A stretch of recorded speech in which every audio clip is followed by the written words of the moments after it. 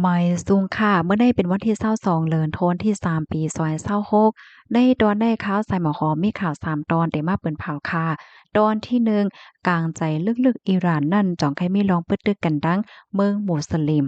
ข่าวแทงตอนหนึ่งอิหร่านไล่ออกมาหลอกเงินว่าจังมีลองปึดตึกปื้นดีแอวแหล่ละลายดีในโลกลมฟ้าข่าวแทงตอนหนึ่งลองลู่ซุ่มตายหมาดอิงเหนือปังตึกอันเป็นไว้อยู่ปอดวันออกกลางและเจ้าในค่ะ อ่อนตั้งเปิ้นได้ก่อเข้ามาถ่อมด้วยข่าวง่าโหในอ่อนตั้งข่าวเอาว่ากลางใจลึกๆของอิหร่านนั่นจ่องใครมีปัญหาปฏิขัดกันตั้งเมืองมุสลิมหือในเนาะเมื่อวันที่20เดือนธันวาคมที่3ปี2026ในมีข่าวง่าออกมาว่าจอมจึงเมืองอิหร่านไล่หมอกลาดคอความในตื่อตางวันโนรุสอ่ำนั้นก็วันรับตอนปีใหม่ของอิหร่านอันแม่นย่าใส่วันที่21เดือนธันวาคมนั่นว่า อิหร่านนั่นอำไคมีปัญหาปฏิคัดกันดังเมืองมุสลิมในอ้อ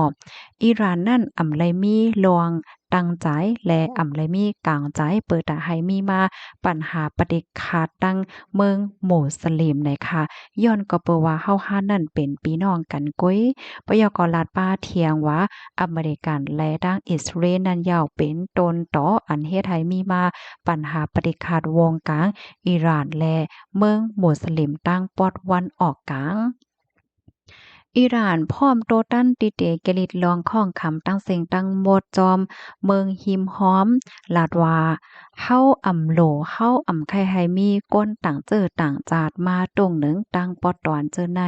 เฮาจางตั้งสภาอิสลามในปอดวันออกกลางโดยลวงคมมือของเมืองมุสลิม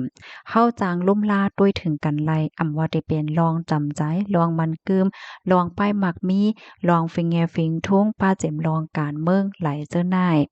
สืบลาเทียงว่าอิหร่านนั่นไลมีลวงโครงสร้างหมักลงนิวเคลียร์ปยก็ไลมี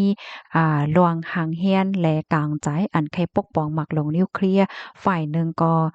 อาลีคาเมเนอีอันเป็นผู้นำสูงสุดก่อเก่าของอิหร่านนั่นในก็ไล่สั่งห้ามไว้ปันให้ใจหมากลงนิวเคลียร์ในออม อิหร่านสืบลาเทียงว่าอเมริกันนั่นคัดใจห้อยโซนให้ก้นโตตั้งลกลมฟ้าหยุ่มว่าอิหร่านนั่นตึกของสร้างปกป้องเฮ็ดออกหมากลงนิวเคลียร์อยู่ในอ้อม อเมริกันไล่ตั้งอิสราเอลไล่โฮมกันเสเขาปืดตึกเว้งหลงเตหะรานและเทียงละลายเมืองของอิหร่านเมื่อวันที่28เดือนธันวาคมปี2026ดีป่นมาถึงดียาดุลเลาะอาลีคาเมเนอีผู้นำสูงสุดอิหร่านก็เก่าคมป้าถึงผู้ใหญ่ก้นหลงในอิหร่านได้เนาะป้าเจ็มก้นวันก้นเมืองได้มีรองรู้สิ่งสาใจกว่าค่ะตั้งฝ่ายอิหร่านในก็เลยมีรองตอบแต้นขึ้นรวยยื้อหมักลงแล ตรวนใส่อิสราเอลและตะปังเศร้าอเมริกันอันมีไว้อยู่ดีละลายเมืองตั้งปอดวันออกกลางนั่นในข้อมูลตอนในคาลิเพิงเอียวมาที่ห้องการข่าวทันเศรษฐกิจต่างไว้ค่ะลูกดีข่าวง่าโหในเสกำในเฮาคามาถ่อมด้วยข่าวแทงตอนหนึ่งค่ะอิหร่านหลอกเงินว่าแต่จังมีลองปึดตึกปื้นดีแอลแหล่ละลายดีในโลกลมฟ้าลงในเมื่อวันที่21เดือนธันวาคมที่3ปี2026ในมีข่าวง่าออกมาว่า โพคานป่าของทัพซึกอิหร่านค่ะและออกมาลาดว่าอิหร่านนั่นเดเตอร์ควักเป้าหมายลองปึดตึกกว่าดีปื้นดีแอวแหล่ปื้นดีลือเฮ่อลือใจละลายดีโดตั้งลกลงฟ้าเปิดตาตอบแต้นอเมริกันและดังอิสราเอลลาดว่าปื้นดีสวนอู้เหยียนปื้นดีแอวแหล่ละลายดีในโลกลมฟ้านั่นใจปื้นดีอันลอดเพดอนตาผูกเขียนของอิหร่านยาวในอ้อม ไล่ฮู้ว่าตั้งฝ่ายอิหร่านเขานั่นเนาะไล่ส่งโดรนปึดตึกโคงกันโคงทัดน้ำมัน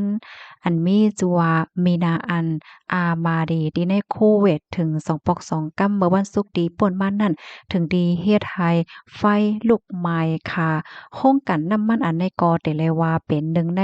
โคงกันที่อันใหญ่ที่สุดตั้งปอดวันออกกลางค่ะเฮ็ดออกน้ำมันใน สูงถึง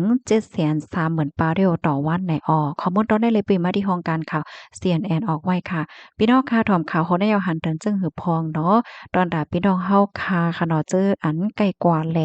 ปื้นดี